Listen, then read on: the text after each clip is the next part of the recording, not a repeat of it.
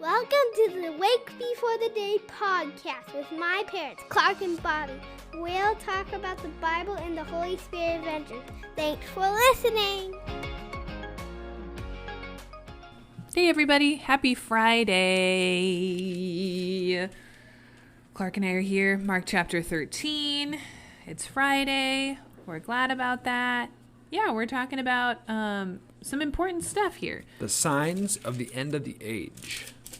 That's a nice trailer voice. It's a deep trailer voice. About as deep as I can go. Anyway, we're at our table again, so we're going to try to actually get you guys the content before our children come and decide they want to give you content. Hijack this thing. But that is the point of Wake Before the Day, that you can read your Bible at your table, even when it's crazy, and the Lord will still meet you. Mm-hmm. Yes, he will. And so this chapter is also found in the Gospel of Matthew and his kind of biography, and then also in the Gospel of Luke. They talk about this apocalyptic end times. Jesus speaks of it. It's specifically in Luke 21, or if you really want to read a more lengthy account of it, go to Matthew 24 and 25. And really the disciples are trying to make sense of these things. And they're like, what? Jesus, like, when are these things going to happen? When is this end time going to occur? And what are we supposed to think about all of it? And if you could paint a bigger picture for this conversation, you just envision the kingdom of heaven clashing with the kingdom of darkness. I often think about some like the Star Wars movie posters, where it's like on one side you have the blue and you have the Jedi and the good guys, and on one side you have the red and the black. And it's not like there's this yin-yang dualism like Star Wars can portray at times with the balance of the Force, but it really is two kingdoms colliding and there being a all-out war. Obviously, we're fighting from victory because of Easter, because of what Jesus Christ has done, but there's still battles to be fought. And so what you read in chapter 13 actually has happened at one or two different moments throughout our world's history. And we can unpack that a little bit as we go. Yeah, let's do it. Let's unpack. So what stands out to you? For me, verses like 11, 12, 13, that's kind of like the core of my thinking. Yeah, well, what was sticking out to me was at the end. Great. I will go first. So on one hand, verse 11, Jesus is telling the disciples, like, basically, you're going to go continue my mission and you're going to be hated and killed and persecuted for it. So persecution, trial, and hardship are like at the heart of Christianity. Yeah. It's something that basically the Christian church in every other realm of life has known except for us as American Westerners. Postmodern, yeah. Like we're not picked on. Oh, good. She's back.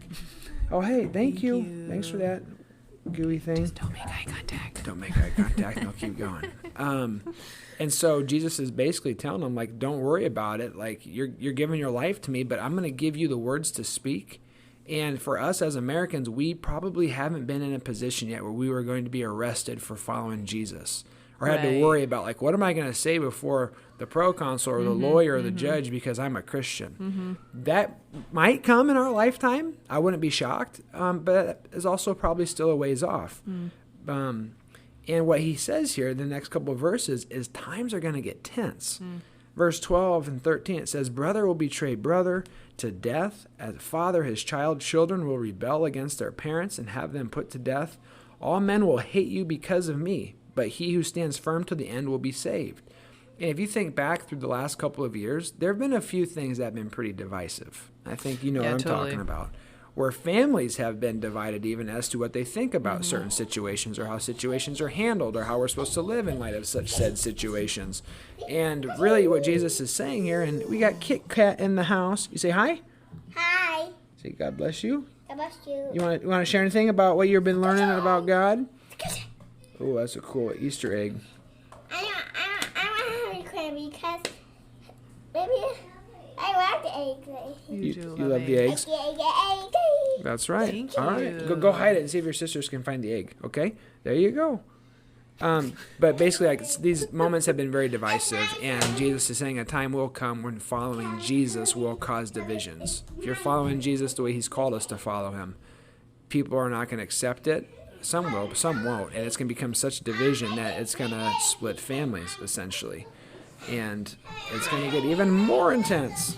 And so for me, again, it's hard for me to make sense of all this. But Bobby and I were talking about some of the people we've been in small groups with, whether it's at Young Adults on Tuesdays or couples events, or even Bobby's D group at Thursday night group, and how there are people who have come to Christ and come to Emmanuel who actually have experienced a great deal of hardship and pain from their families. And so while this is not, like, I would say, common throughout America, it is happening for some people, whether it's they're coming from like the Catholic Church to the Christian Church, and some of these devout Catholic families are really mad, or it's people jumping ship from Buddhism or Hinduism to Christianity and being, neglected by their families.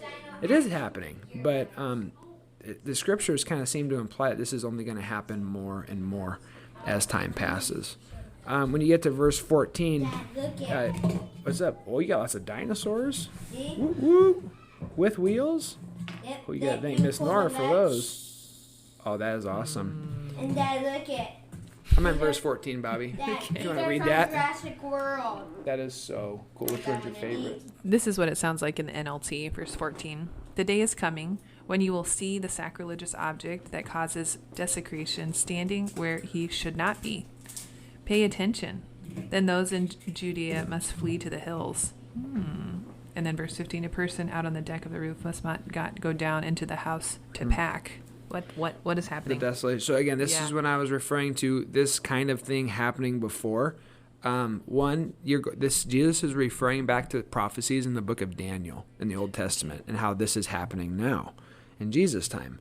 But after Jesus' time, even, there were other things that occurred that lined up with this chapter.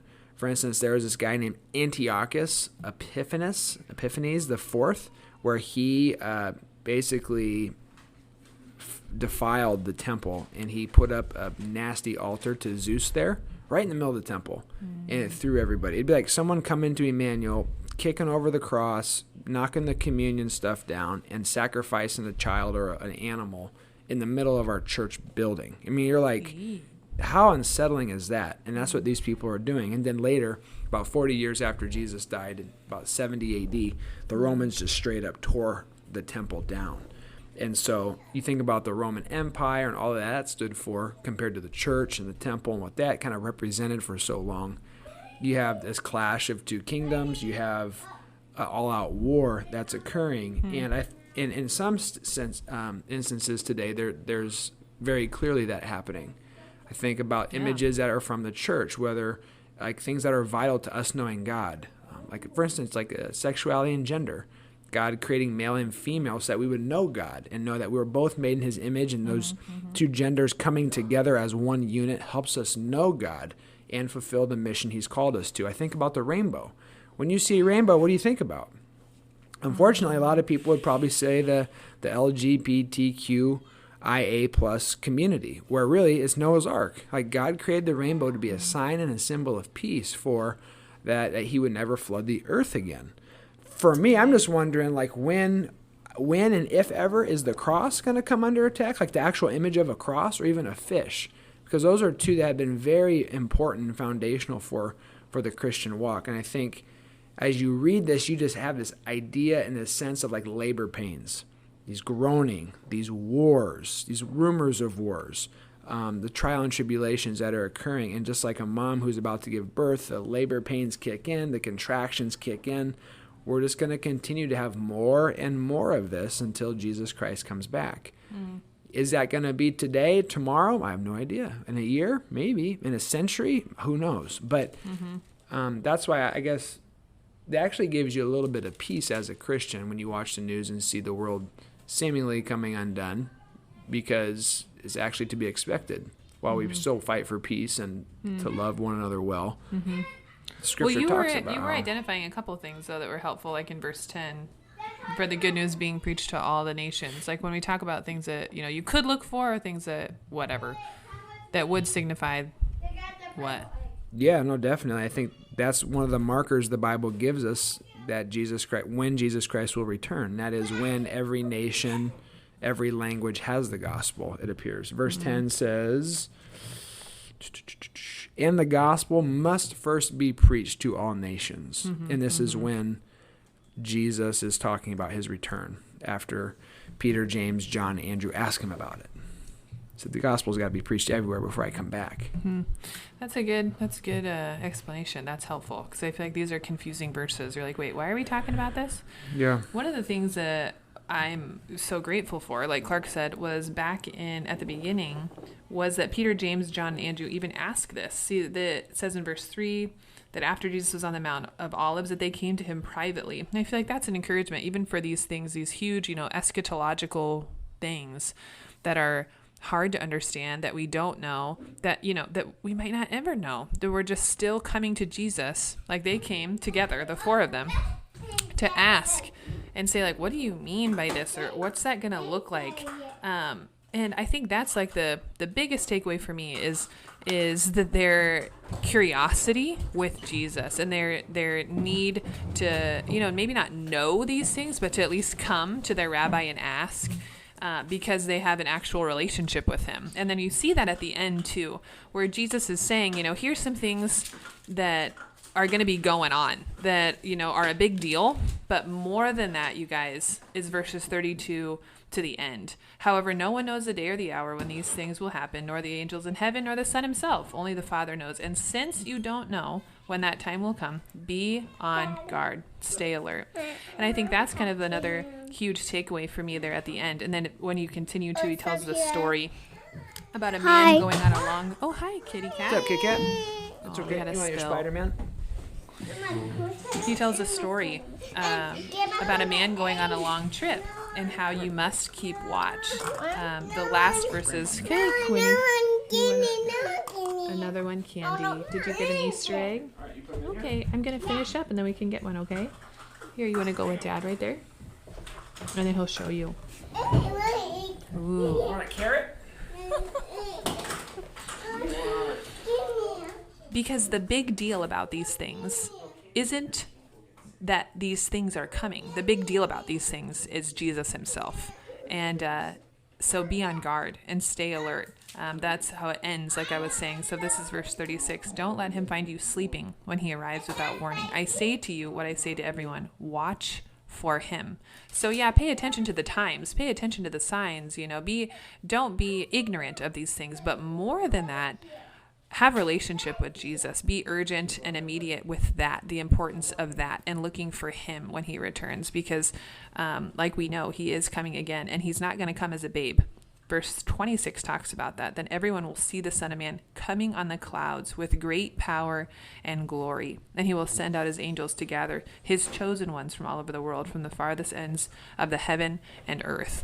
And so that's another, when Jesus comes again, he's not coming as a babe. He's going to be coming in his power on the clouds with glory. And so that's going to be a sight, you guys. So that's what's sticking out to me, that the beginning with the four disciples coming, seeking answers, but ultimately resting and finding peace and relationship with Jesus. And then at the end there again too, also where Jesus is saying, what's important is me. Like don't get hung up on all these theories of what could be happening or not happening. Spend your time in relationship with me. Preach it, sister. Preach it. I bought us a minute or two. Told him to go tickle Kirby. We made it though, you guys. 13 minutes and we did it. It's good. That's right. Well, hey, we love to see you on Sunday, online or hopefully in person. Know you're loved. Have a great weekend and see you Sunday. God bless you. The Lord bless you and keep you. Make his face shine on you and be gracious to you. The Lord turn his face towards you and give him his peace. Have a great day.